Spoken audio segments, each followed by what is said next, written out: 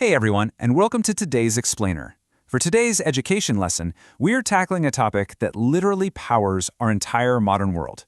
I mean, think about it. Right at this very second, millions of people around the globe are watching high-definition streams, they're sending rapid-fire messages across oceans, battling it out in multiplayer games, and ordering groceries with a simple tap. But have you ever stopped to wonder how exactly a message can travel from a cafe in India to a living room in America in less than 1 second? Like, how does this massive global network know exactly which piece of data you want, and how does it get it to you instantly? Well, today we are going to uncover the invisible system that makes all of this possible. So, let's just start with a super basic question. Where exactly is the internet? We talk about it all day long, but where does it physically live?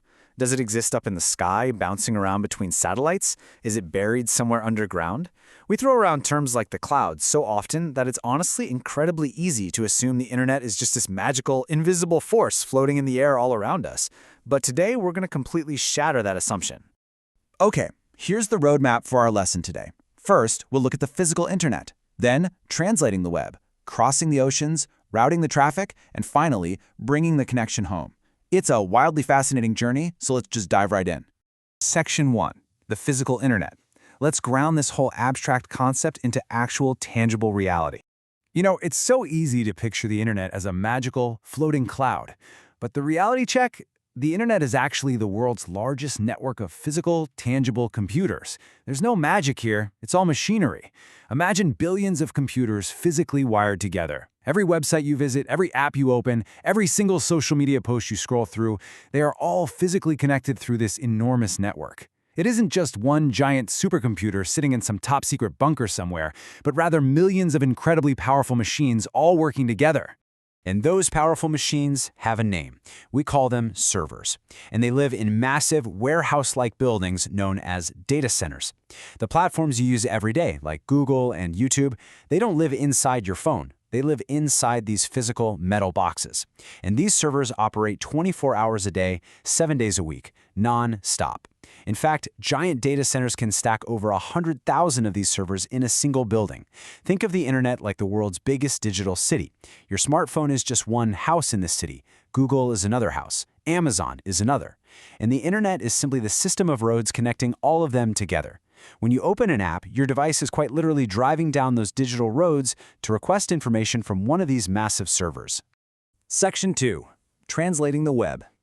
So what actually happens in that tiny fraction of a second when you type in a web address and hit search? Okay, so when you type a friendly name like youtube.com, your browser instantly asks a special system called DNS, which stands for Domain Name System. DNS is essentially the internet's phone book. See, us humans, we're great at remembering names, but computers, they only understand numbers, which we call IP addresses. So DNS instantly translates the name you typed into a numerical IP address. Once your computer has those exact numbers, it knows exactly which physical server on the globe to talk to, and the real journey begins. Moving on to Section 3, crossing the oceans. Now that we actually have the destination's IP address, how does the data get there? This next fact almost always catches people off guard. If you thought satellites up in space were handling all your international video calls or streams, think again. A staggering 95% of all international internet traffic travels through undersea fiber optic cables. Satellites handle a tiny 5% fraction, and that's mostly for remote regions, ships at sea, or aircraft. All the heavy lifting for our entire global digital economy, it's happening right at the bottom of the ocean.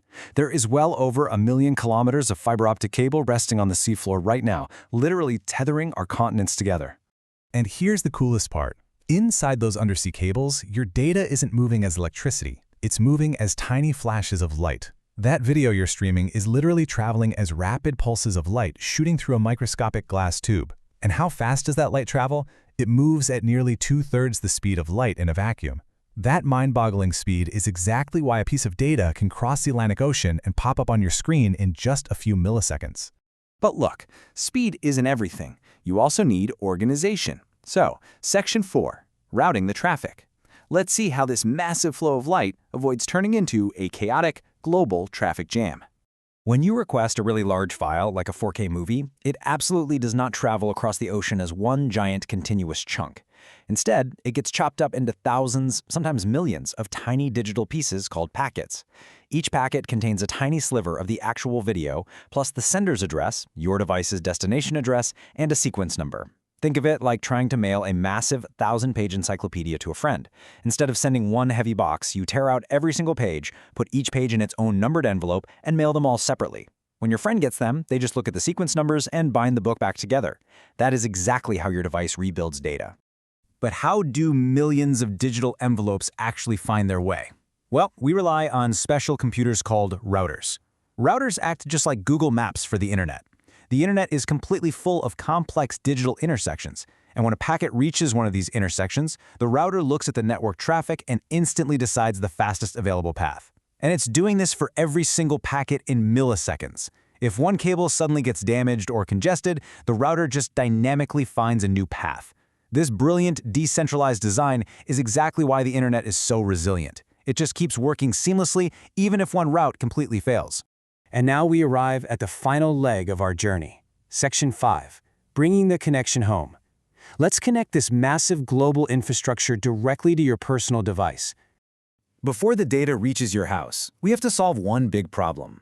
If a viral video is hosted on a server in New York and millions of people in India want to watch it, fetching it from across the globe every single time would cause massive, frustrating delays.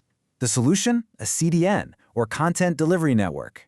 This is a system that essentially stores copies of data on servers all over the world. So when you hit play on a really popular video, you aren't actually pulling it from a server on the other side of the planet. A CDN has already placed a copy of that video on a server located right in your specific region. This is the secret sauce behind why high-definition streams start almost instantly without buffering. So the data has finally reached your local area. What are the final steps? First, your ISP, your internet service provider, brings a physical broadband or fiber optic cable right up to your house. Second, your modem takes that raw outside signal and converts it into data your home network can actually read.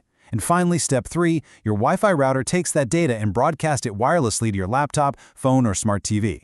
I really want to emphasize this point. Wi-Fi is literally just the very last tiny local step inside your home. The true vast internet exists far, far beyond your router, stretching across oceans and continents. Now, with all your personal data making this incredible global trip, you might be wondering, is it actually safe? Well, this is where encryption comes in. Encryption is the process of scrambling your data into an unreadable code. Even if someone were to somehow intercept your packets while they traveled through an undersea cable, they would just look like totally random gibberish without the correct mathematical key to unlock them.